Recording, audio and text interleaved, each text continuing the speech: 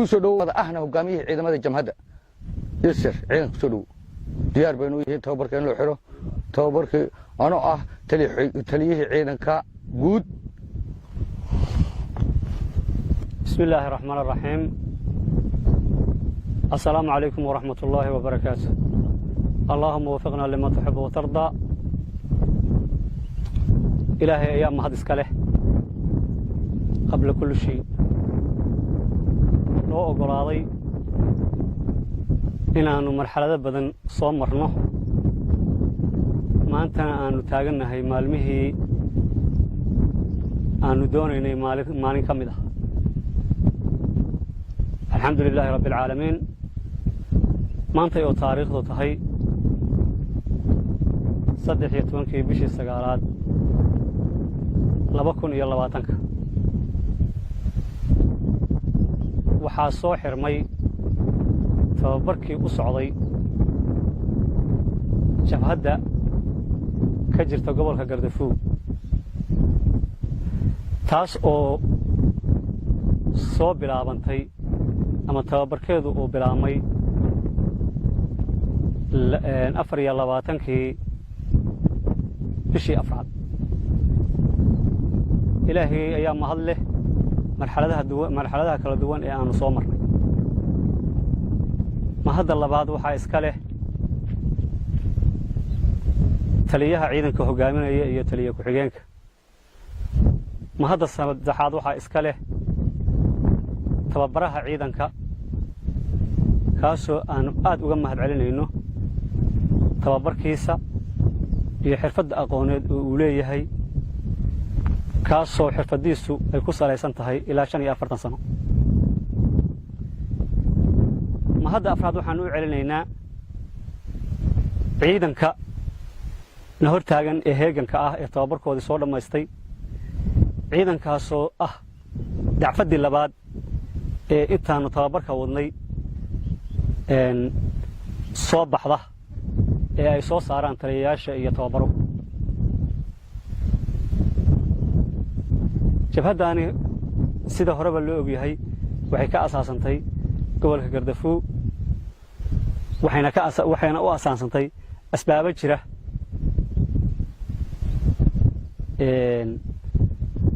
kuwaasoo ka jira dowladda Puntland jabhaddu waxay u asaasnaanaysaa insha Allahu ilaa hadafkeeda ay gaadho sidaanu horeba ugu ballanay aad waxaan ugu mahad celinaynaa deegaanka iyo dadka reer Gardafuw meel kastoo ay joogaan dal iyo dibadba waxaan u mahad celinaynaa meel kasta oo ay Soomaaliya joogto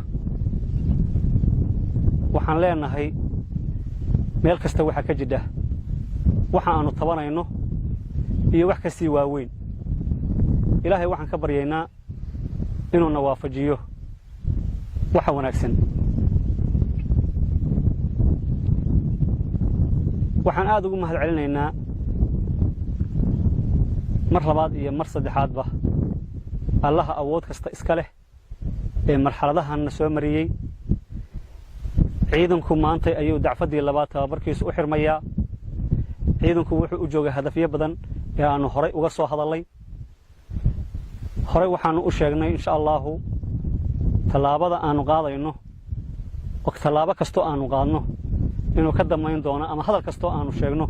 inuu ka damayn doono ficilkiisa oo dhab ah wadadii ayaanu ku taaganahay waanu ku taagnaan doonaa ciidankan tababarku u xirmay ma aha inay ciidan tababarku uu ku joogsanayo intaas ciidankan ayaa dhamaystay dacfado kale ayaa soo galaya meesheeda ayaa tababarku ka soconaya shaqadii iyo higsigii lagu talagalay meesheeda ayay ka soconaysaa ilaah ayaanu ka rajaynaynaa guul ilaah ayaanu ka rajaynaynaa waxa aanu doonayno oo aanu u aragno inay tahay waxaanu xaq u leenahay inaanu ku guuleysano mahad waxaanu uga mahad celinaynaa dadka reer Gardafuw ee si gaar ah noo garab taagan dhinac kastoo ay tahayba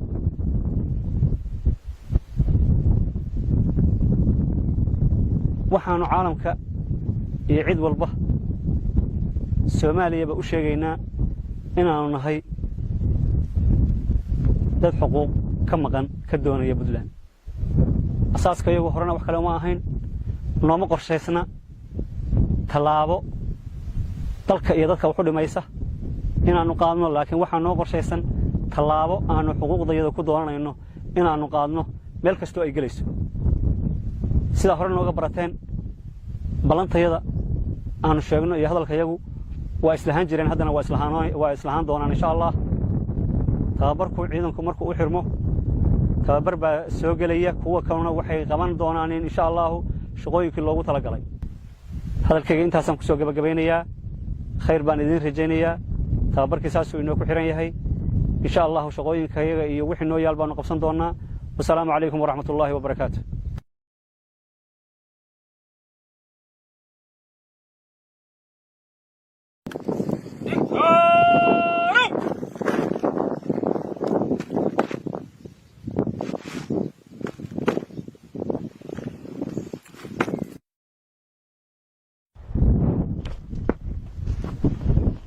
kusoo dhawaada ahna hogaamiyihii ciidamada jamhadda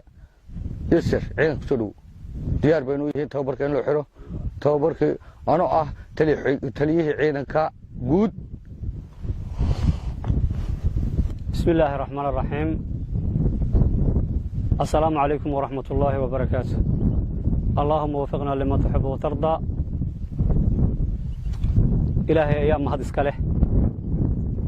قبل كل شيء لو أقراضي إن أنه مرحلة بدن صومرنا ما أنتنا أنه تاقلنا هاي مالمه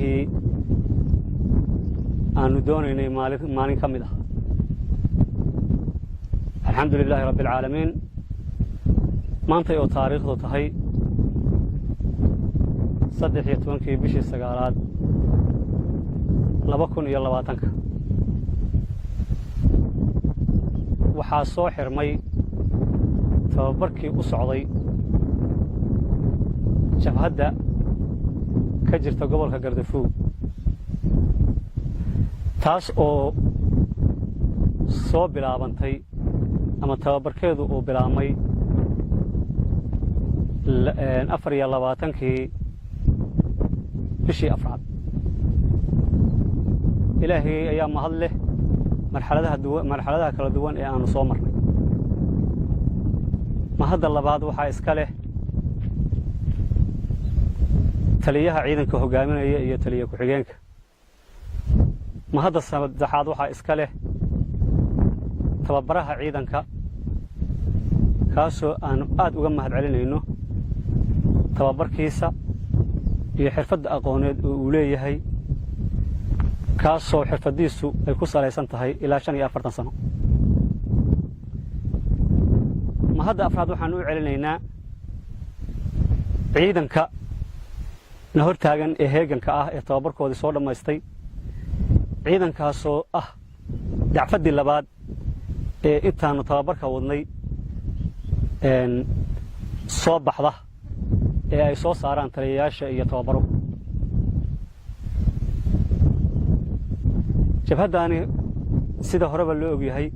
waxay ka asaasantay gobolka Gardafuw waxayna u asaasantay asbaabo jira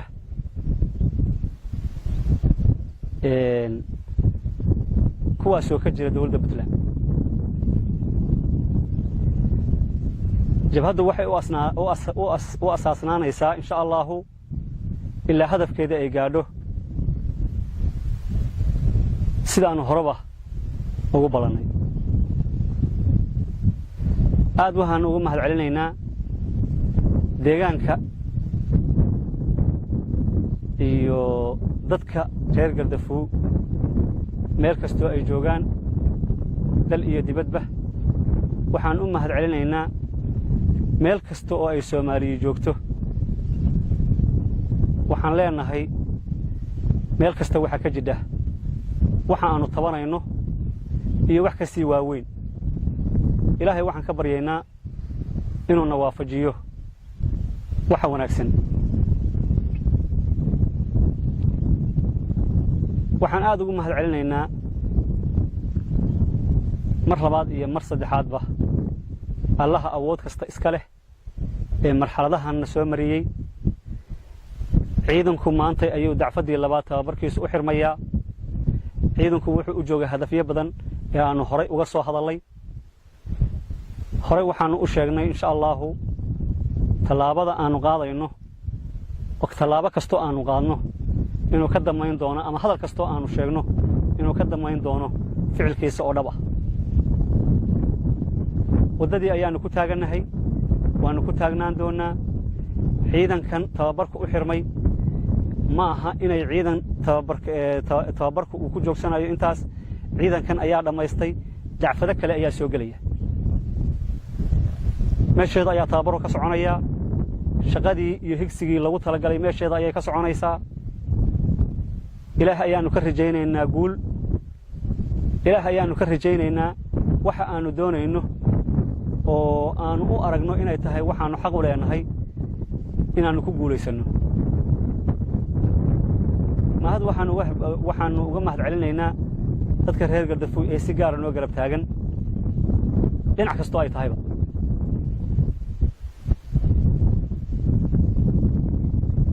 waxaanu caalamka iyo cid walba Soomaaliya u sheegaynaa inaanu nahay dad xuquuq ka maqan ka doonaya Puntland